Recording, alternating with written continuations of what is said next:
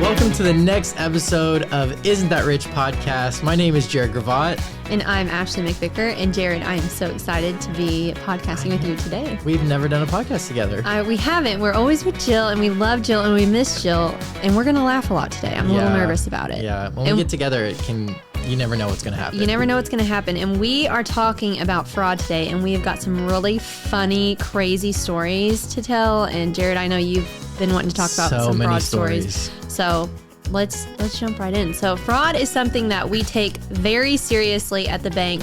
And one thing we continue to learn is that fraud isn't the same scam over and over again.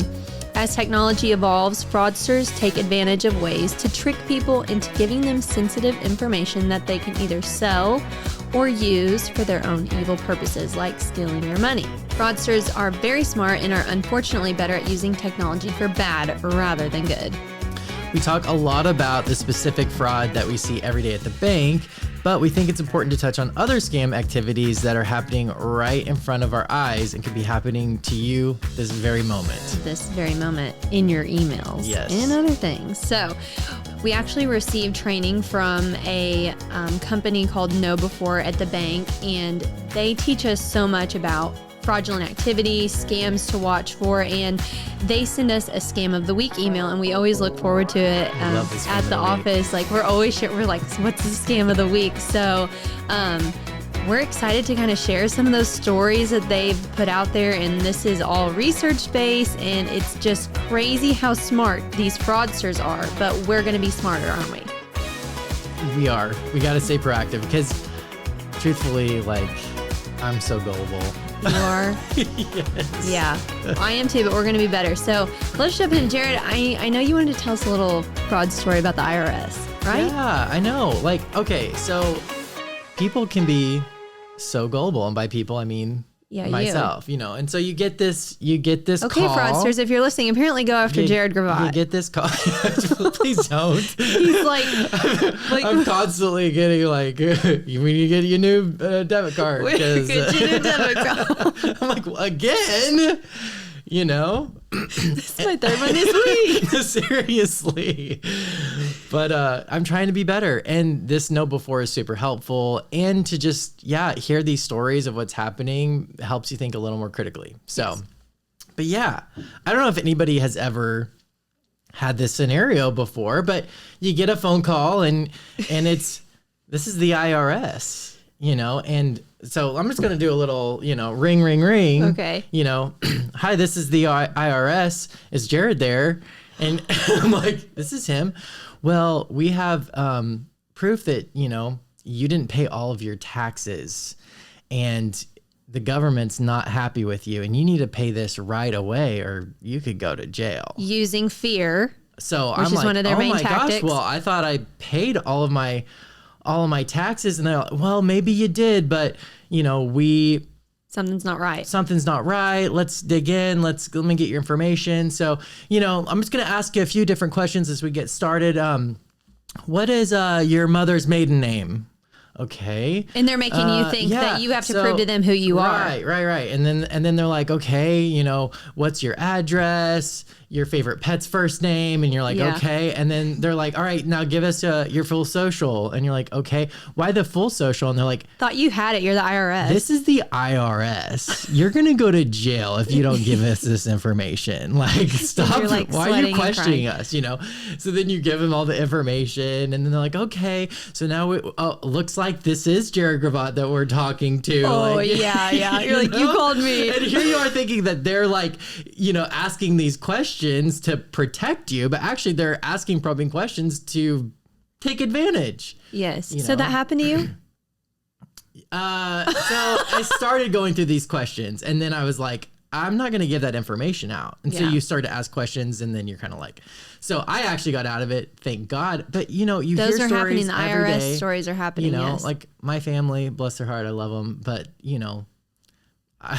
they need educated. My mom will be like, I got this phone call, and yes. like, don't give out your information. Well, I think that's so important that you said that because what I'm trying to get across in this episode is that these people that are committing fraud are very smart, and they are unfortunately ahead of us in the technology game, especially going forward with the AI, all those things. Yes. Like it's going to get crazy as if it's not gone crazy. So we're here just to tell you not only some fraud that's going on specifically with like your bank account or within the bank, but just your everyday life through your email, your phone, text messaging. I mean, it's crazy. Right. So we're going to jump into it. And let's talk about scam number 1. So love it. The first scam is cyber criminals use images in phishing emails to impersonate real organizations. By using images like official logos and promotional materials, cyber criminals hope to trick you into thinking the email is legitimate.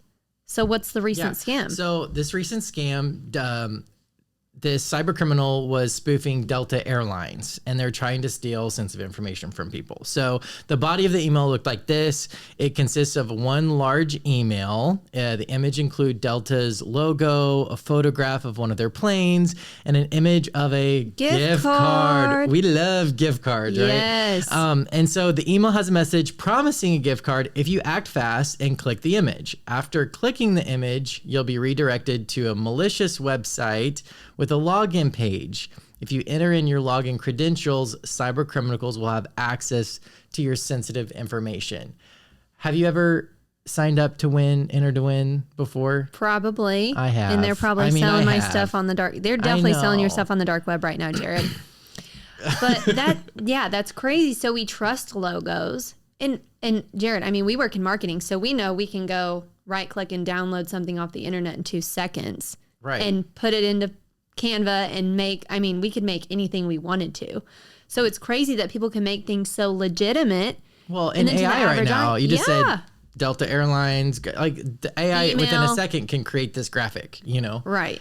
But, and then people that, are like, oh, I would love a free gift card.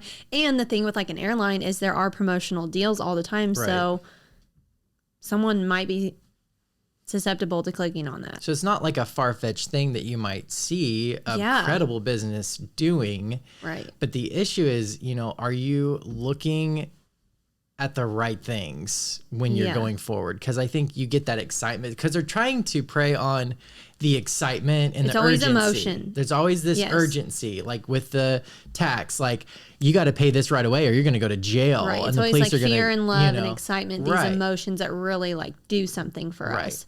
So how to protect yourself, that's absolutely one way to protect yourself. Think about how you're feeling in that moment and question, should I be feeling like this if, this was legitimate? And I'm not saying you wouldn't be excited for a sale. I get excited when Anthropology is like, we're 2% off. I'm like, oh yeah, I can finally buy that $500 dress. Anyway, here's another way to protect yourself is before you click on a link, always hover over it with your mouse and make sure the link leads to a legitimate, safe website that corresponds with the content in the email. So if Delta Airlines website is deltaairlines.com, make sure it says deltaairlines.com and not I'm going to steal your information.com. That wouldn't be something you want to click. So, and it may not say I'm going to steal your information.com, but it won't say the actual business's name in the website. So that's something you want to check every time. Is this new website that it's directing me to, is it say the website's name? It absolutely should. Here's another one is if the offer sounds too good, it probably is, right? So verify any offers or discounts or promotions by contacting the organization directly. So that means going to deltaairlines.com or calling Delta Airlines. I mean, good luck getting on the phone with them. I don't even know how you get in contact with. That's hard to get in contact with airlines. But anyway, just call them directly, connect with them directly. And then always remember that this type of attack isn't exclusively to Delta Airlines, that cyber criminals could use this technique to exploit any airlines in any country or any business for that matter. Any business, yeah. Scam number 2, Jared. So now more than ever, cyber criminals are using a tactic known as PreTexting to catch you off guard. PreTexting is when a cyber criminal impersonates a real person and asks you for help with a fake scenario. They often carry on a conversation with you and use public information to convince you that they are who they claim to be. Yeah, so in this PreTexting scam that they shared with us, it was a girl she was back home and her friend went on vacation, and which I don't understand. Like, if you went on vacation, Jared, and you texted me from a random phone number, like, I would be suspicious already, but I guess some people are not. And so what was happening is one girl was at home, her friend was on vacation. A scammer kind of got their information from social media, saw that they were friends, saw that one was in Florida, whatever, and texted this girl and said, hey, I lost my wallet. Like, I'm at, Port St. Joe, I don't know, and I've lost my wallet. I need you to send me some money. And, they're using, in these scenarios, they're using just enough information to get you to give them more information in an attempt to steal from you. Yeah. So one that has happened to me a lot, and I'm not sure if this has happened to you, but like friends, their Instagram will be hacked. Yes. And from their personal Instagram, they'll start sending messages acting like they're in some kind of scenario and need help. Yeah. So that's always interesting because you're like, am I actually talking to my friend? But something seems off, Right. And I'm glad you said that, because that's what they say. This will keep you safe. Mm-hmm. Always look at how someone's talking to you. If they use emojis and they shorten their words, and then in this text, it's really long with great punctuation, you're probably going to be like, are you sad or are you a fraudster? So always look at what somebody is texting you, how they talk to you.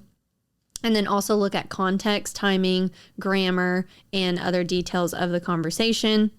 And then always remember that these situations, like in every single one of these, it's going to be like a call to action, and it's going to use some sort of emotion to make you do something, mm-hmm. right? Mm-hmm. This actually happened with me on Venmo.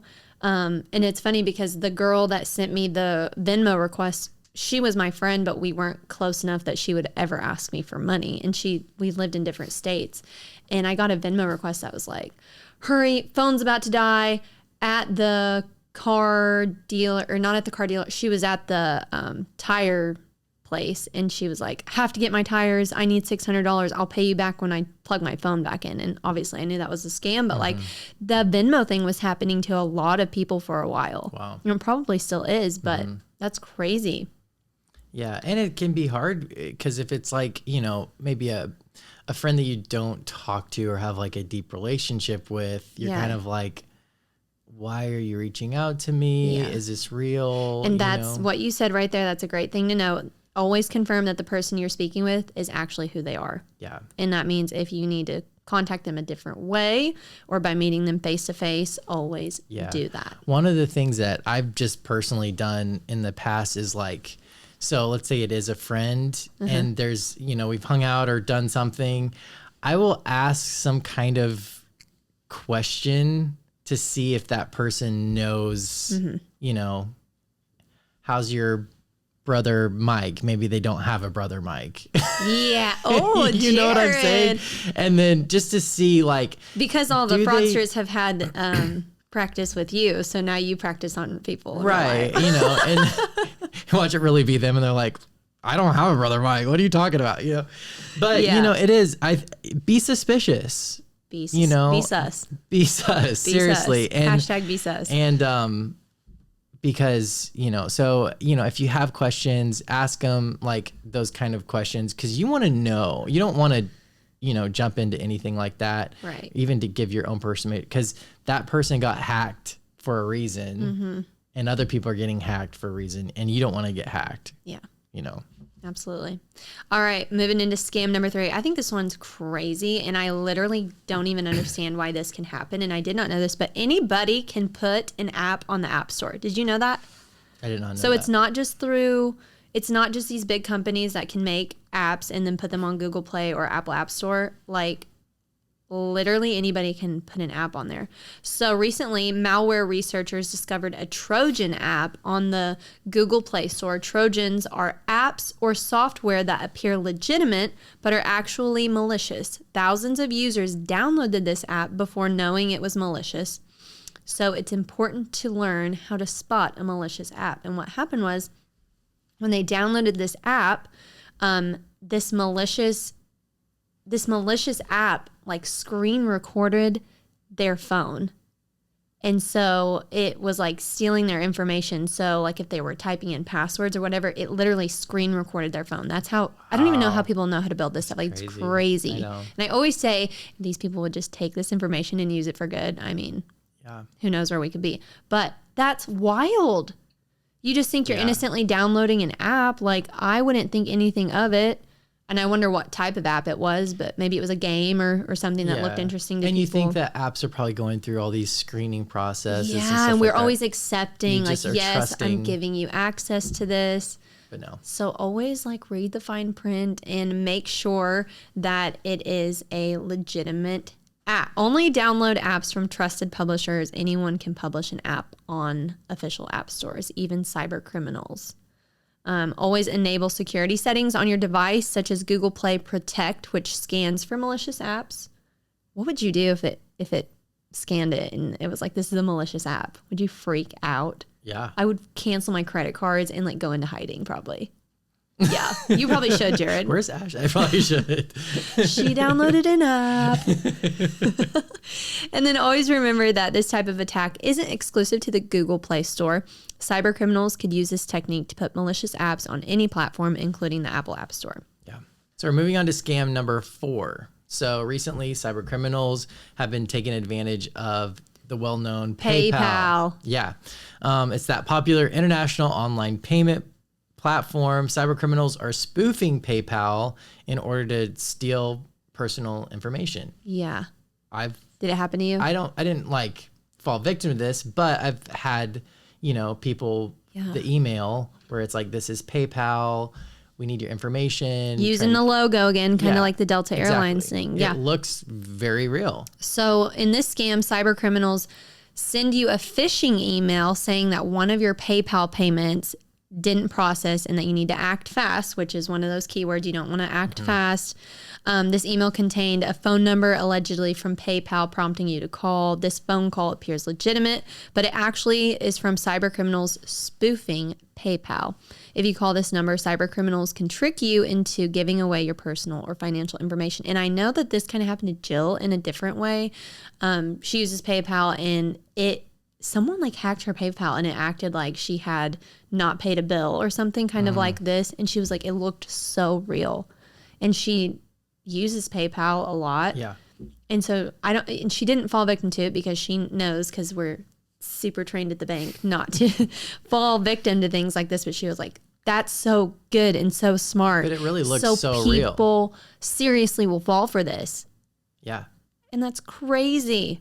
And they have people, trained on the phones. It's not just some like person being like, give me your money. Can I have your money? It's like they're very professional. They're very concerned. Like they're going to take care of you, and so you feel like they create this problem, but they come out as like the hero. Solution. And so you trust them. It's and then this you're like, whole I should plan. give you my information. Yeah. That's so crazy. So always be cautious when giving your financial information to someone over the phone. Instead, avoid using phone numbers provided in emails and navigate to the organization's official website. We always, always, always say that. We always say that at the bank too. If someone calls you from the bank and you're not sure about it, hang up and then go to our website, get our phone number and call the bank back. There's no harm, no foul in doing that. Like no one's going to come after, even if it was really us and we were like, we have to come foreclose on your home. Like just hang up and call us back. I'm sure we'll figure it out. Don't worry. Yeah. And then always be suspicious of emails that contain a sense of urgency. And then remember that this type of attack isn't exclusive to PayPal, you guys. All right. So we're moving into our 5th and final scam in this episode, and it's recently a ring of cyber criminals used a smishing attack in order to steal credit card information. A smishing attack is a type of phishing attack through SMS messaging. The cyber criminals used this stolen bank information to purchase cryptocurrency that they then exchanged for cash.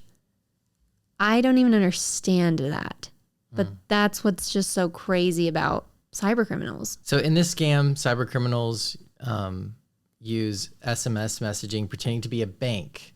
The message says that there's a security issue that needs to be resolved, and it'll prompt you to click a link to your bank's login page. This page looks legitimate, but it's actually a spoof page that records your keystrokes. So if you enter your bank login information, cyber criminals will use this information to hack into your bank account. Wow. Also happened to me. Jared, what's wrong with you? I got the text saying, this is your bank. It said, this is Farmer State Bank. We've lost like your login information. We need you to click the link to log in and renew your login information. Oh my gosh. I took a screenshot of it because thank God for this like education. Oh yes, you posted this. But in the past, I would have been like, oh, like my bank needs my login information. I would have gone through with it. Wow. Yeah. Yeah, always be suspicious, guys. But the phone number, it was just like a short little number. So, a lot of businesses, if you get like a text from a business, it's always kind of like a 7-digit code. Right. And so you don't really think anything of it because you're like, oh, the business is texting me. Yeah. And businesses do that. Yeah. And so to me, I was like, this looks so credible. But because I knew, I don't know God you're who being else. Trained. I don't know who else got that text. Yeah. It's crazy. That's so scary. So, yes, always think before you open a link that anyone has emailed you or texted you. Cyber attacks are designed to catch you off guard and trigger you to open links impulsively. Never enter your bank login information from a link in a text message. Mm-hmm. So even if you think it's us, get off that, get on the bank app, call the bank. Make sure it's us, guys. This is your money and your sensitive information that these people are messing with. Protect it like you would protect your own child, right? Yeah. And then remember that this type of attack isn't exclusive to banks. We keep saying that. Yeah. And like if you feel like someone has taken your card information and is starting to spend, the great thing about the Farmer State Bank app is you can turn your card off. Yeah. And then contact the bank, and then they can either issue you a new card or figure out what the issue is. But you want to do that before it's too late and people are right. I have a funny story before we end this podcast, but I actually have a credit card through the bank, and I've said this on the other podcast, but I have a credit card through the bank that we use to purchase marketing materials and stuff like that. And the card company was trying to contact me, and they called the bank, and then they called my personal cell phone, and I was like, this is fraud, because I think everything's fraud now. I was like, this is fraud. It was legitimate. It was a legitimate card company calling me to confirm these fraud purchases because somebody tried to spend $11,000 on a online flooring store using my company credit card, which thankfully it didn't go through. But it was just funny to me that I was like so super like protective over my stuff. I was like, "You're a fraud." And they're like, "No, like you're like you have an 11,000 charge over your head right now. We're trying to help you." So, think about it in those situations too. But I also did look up the card company's phone number and called them back myself. And then they were like, "Yeah, I've been trying to reach you." I was like, "Okay, sorry. Well, I'm just super protective over my stuff because we have to be and we should be." So never forget it. Don't forget those tips when it comes to fraud, guys. Don't click on suspicious links. Think before you do something, and don't let people use your emotions to try to convince you to do something. Absolutely. Don't be like me, what I've done in the past. So final reminder of the episode, do not be like Jared Gravatt, guys. He's learning. I'm learning. We're all learning. We're all learning. Yeah. Thanks for listening to this week's podcast episode. It was a lot of fun. A lot of fun. I'm glad I got to do it with you, Jared. Yeah, it was a lot of fun. So we'll see if Jill will let us do it by ourselves again. I don't know. But like, subscribe, follow us. We're always giving really great tips and tricks and financial information. So Isn't That Rich podcast episode. Thanks for being with us, guys. Have a great week. So Jill, where do we go from here? Be sure to check out our show notes for this episode, and also be sure to follow us on social media and subscribe to our newsletter. We'll see you next week. See you next week.